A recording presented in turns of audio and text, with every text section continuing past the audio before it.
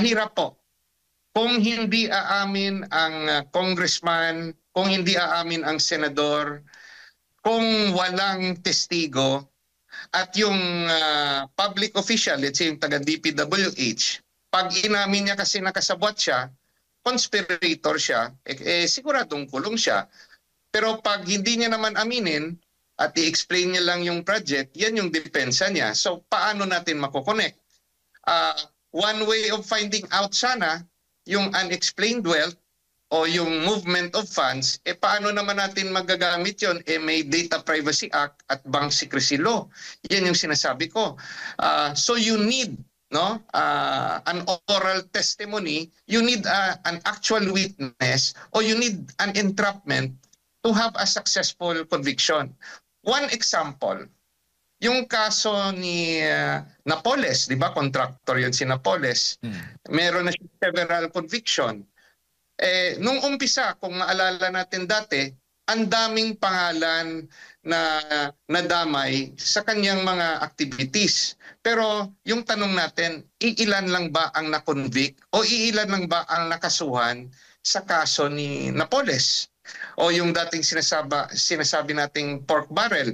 That is a very good example na yung sa tingin ko sa mga nangyayari ngayon, if there are ghost projects or if there are projects that did not follow specification, yung talagang matatamaan dito ay contractors plus DPWH. Possible ho ba? Nakikita niyong may conspiracy dito? May sabwatan ba sa kasong ito ni Congressman Leviste versus itong si District Engineer ng DPWH sa Batangas?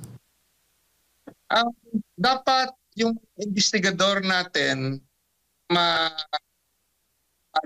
mapasabi sa kay engineer kung meron siyang conspirator and probably offer him plea bargaining para mapababa ang kaso niya. So ang potential nga kasabwat nito ay mga contractors. Now,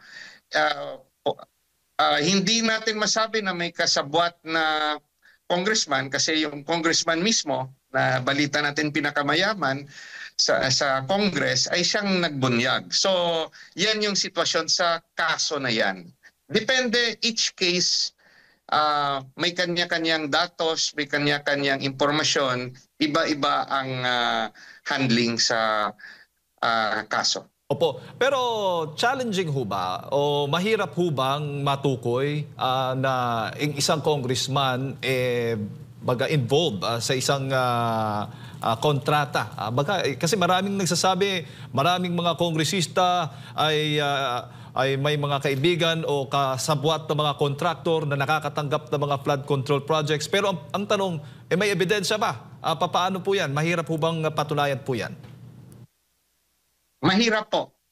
Kung hindi aamin ang congressman, kung hindi aamin ang senador, kung walang testigo, at yung public official, let's say yung taga DPWH, pag inamin niya kasi nakasabwat siya, conspirator siya, siguradong kulong siya. Pero pag hindi niya naman aminin at i-explain niya lang yung project, yan yung depensa niya. So paano natin makokonek? One way of finding out sana yung unexplained wealth o yung movement of funds, paano naman natin magagamit yon? May Data Privacy Act at Bank Secrecy Law. Yan yung sinasabi ko. So you need an oral testimony, you need an actual witness, or you need an entrapment to have a successful conviction. One example, yung kaso ni Napoles, di ba? Contractor yun si Napoles. Meron na siya several conviction. Nung umpisa, kung maalala natin dati, ang daming pangalan na nadamay sa kanyang mga activities. Pero yung tanong natin, iilan lang ba ang na-convict o iilan lang ba ang nakasuhan sa kaso ni Napoles? O yung dating sinasabi nating pork barrel. That is a very good example na yung sa tingin ko sa mga nangyayari ngayon, if there are ghost projects or if there are projects that did not follow specification, yung talagang matatamaan dito ay contractors plus DPWH.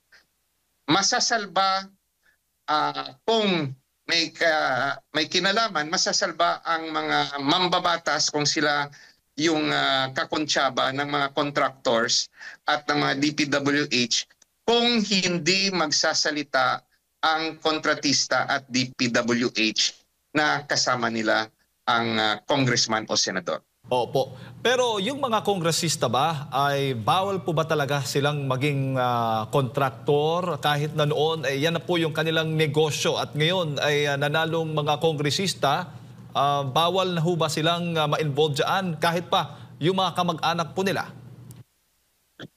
Sa ngayon, kung hindi sila mismo yung involved, hindi po bawal. Let's say yung kapatid lang nila yung kontratista o yung kanilang parents o yung kanilang kamag-anak, wala naman pong violation for as long na walang ebidensya na magpapatunay na ginamit nila ang kanilang opisina para makuha yung project na yan. Sasabihin lang naman ng contractor, dumaan ito sa proper bidding.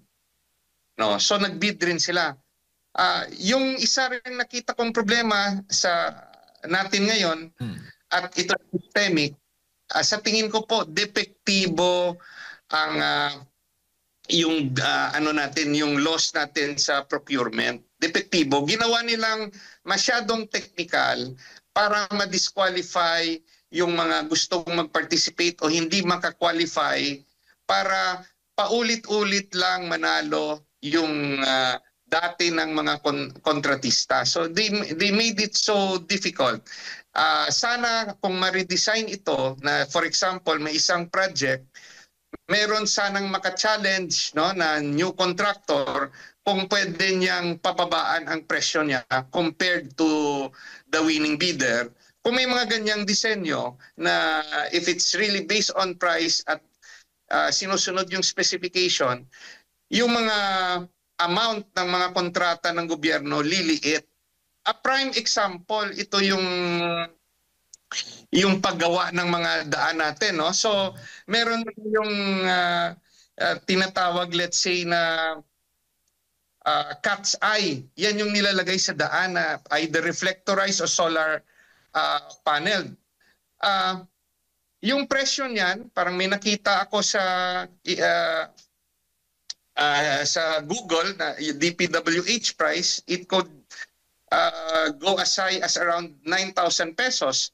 But if you look at Shopee, kung ano yung presyo nito, mura lang, baka less than 1,000 yung presyo niyan. So just imagine yung patong-patong dahil hindi makabili yung gobyerno through the ordinary means ng mura na the same kind of product because of the procurement law. So the procurement law has to be reviewed dahil nga sa disenyo nito na dahil walang mga bidders, yung presyo pwedeng mapatungan ng napakalaki. So these are the defects sa present system.